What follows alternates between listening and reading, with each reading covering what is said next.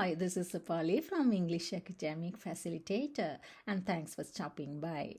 In this video, I am discussing how to organize and write a speech for general examination purposes.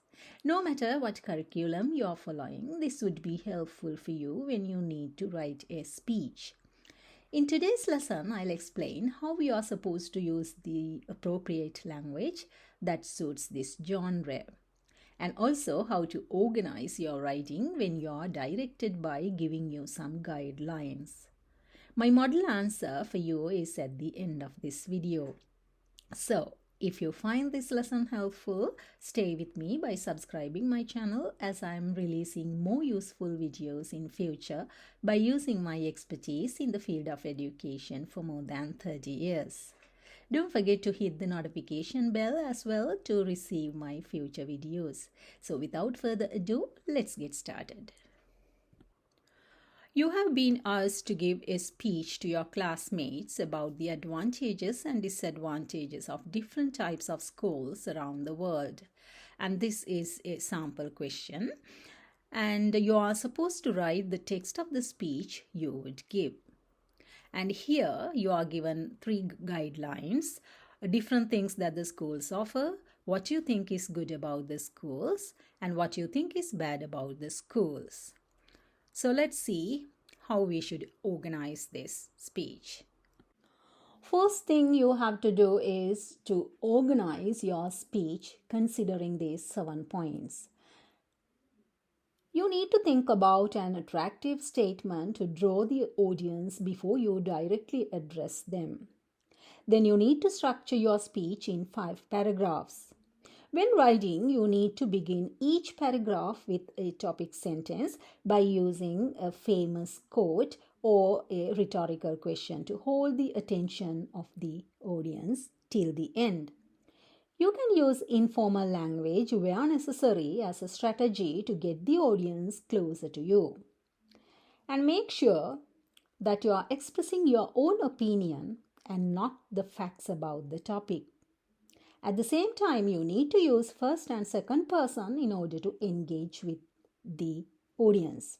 Finally, if you add your personal experience or what we call anecdotes, it would add flavor to your speech. First of all, you should be aware of what your examiner expects from you here. For that, you need to answer 2 questions. They are, what is a speech and what are your aims to make it a successful writing? A speech is an official verbal presentation, and your aim should be to convince your audience to buy into your idea or pay attention to your subject of discussion. As I discussed earlier, an attractive opening will grab the attention of the audience. For that, you can use a rhetorical question or a surprising statement, or you can also use an idiom or a proverb which is relevant to your topic. Let's take the first strategy first, that is, begin with a rhetorical question. Rhetorical questions are questions that you don't expect your audience to answer, but to hook them to hold their attention for what you are talking about. Next strategy is a surprising statement. Surprise is a powerful tool in any speech. It makes your audience sit up and pay attention. You can use the most surprising opinion or fact you want to convey in your speech if you are not using a rhetorical question. Next strategy that you can use in your introduction is using a famous quote, an idiom, or a proverb. You need not to bother much about looking for a famous quote, spending your time, but if you can remember one, it is the best tool you can use as it demonstrates your creativity and your instinctive ability to appreciate something. Split your structure into 3 sections: introduction, main body, and conclusion. In each section, achieve a different aim. Your introduction should aim to tell your audience who you are and what you are talking about. But here, as you are addressing your classmates, no need to introduce yourself, but address the audience using an appropriate register, such as "My dear fellow friends." In your body, you need to make your arguments. Divide the main body into 3 points and separate each point into different paragraphs. Conclusion is where you wrap up your argument. You can conclude it by giving some food for thought, or with a suggestion you need to make, or just sum up what you have discussed in the body. Your topic sentences can start with a famous quote or a rhetorical question, or with a direct address to the audience. You need to address the audience at the start, end, and throughout as well, to enhance the interest of the audience, to hold their attention to what you are talking about. As this is academic writing, you need to use a range of sentence structures and punctuation. Better use short sentences and avoid too many long sentences in this task. You are supposed to express your opinion in a persuasive, engaging way to make your speech interesting. Don't forget to write what you think instead of just writing about the topic. Alright? Use of first person would help engage with your audience. When you use your personal experience, make the audience relate to them for authenticity. These anecdotes bring your speech to life. Emotive language is one of the most basic but most effective tools a speechwriter can use. Instead of simply using good or bad, you need to use something like fantastic or horrible, pure or corrupted, exciting or disappointing. In addition, you can use figurative language in order to create powerful images in their mind.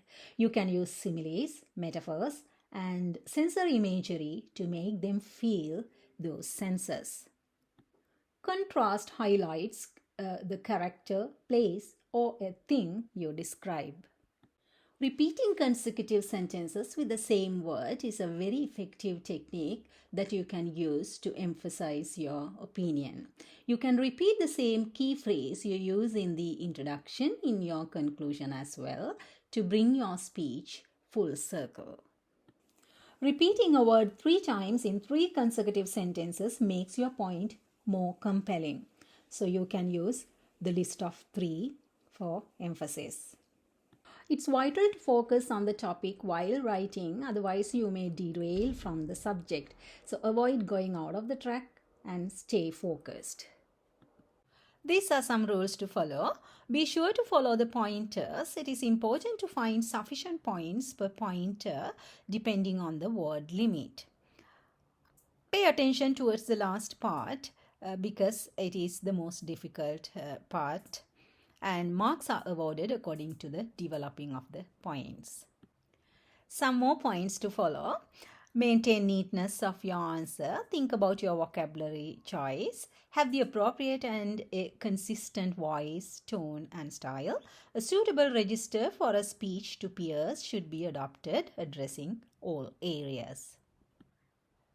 Now let's see how to structure your speech. Paragraph 1 should be your introduction and it should contain 2 sentences. And paragraph 2 is about your main point or the first guideline in your directed writing. It should contain 5 to 8 sentences, but make sure the number of sentences in the body paragraphs varies according to the length of your writing.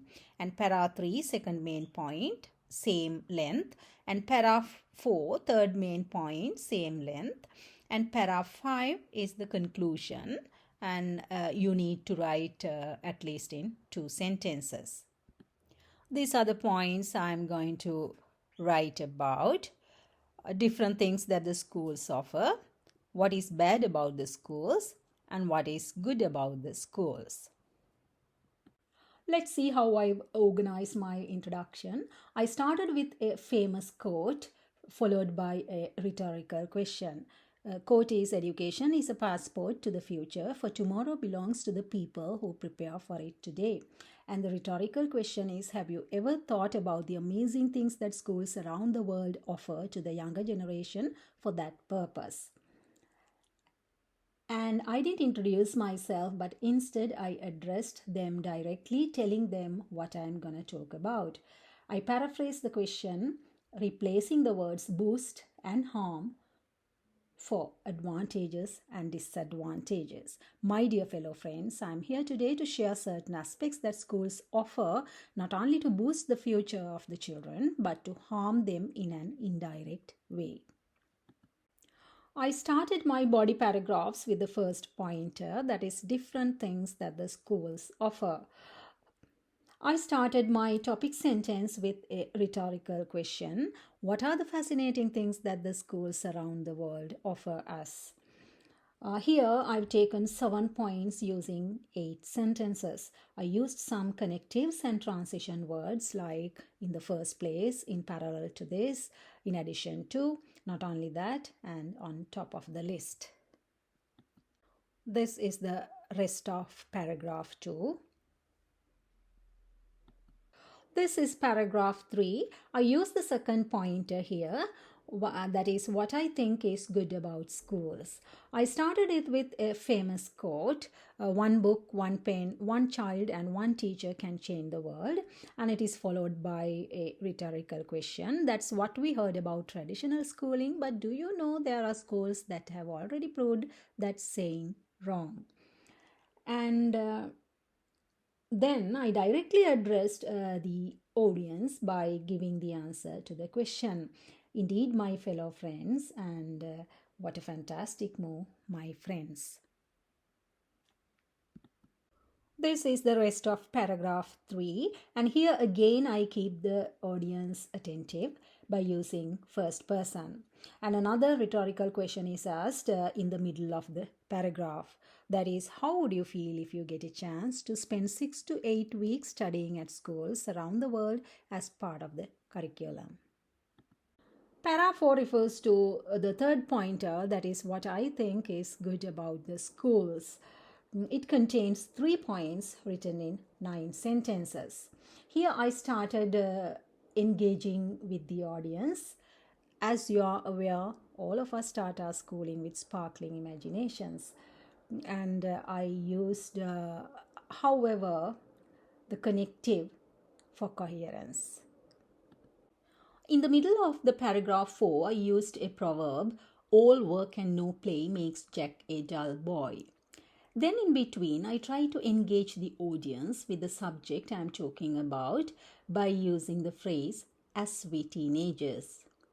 A transition phrase, in addition to, is used for more information.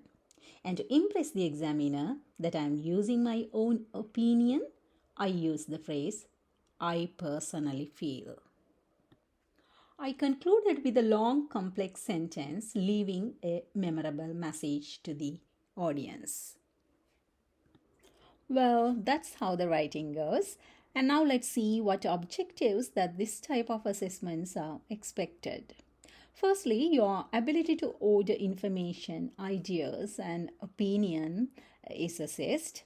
But more weight is given to your ability to write for this specific purpose and audience using appropriate language and style.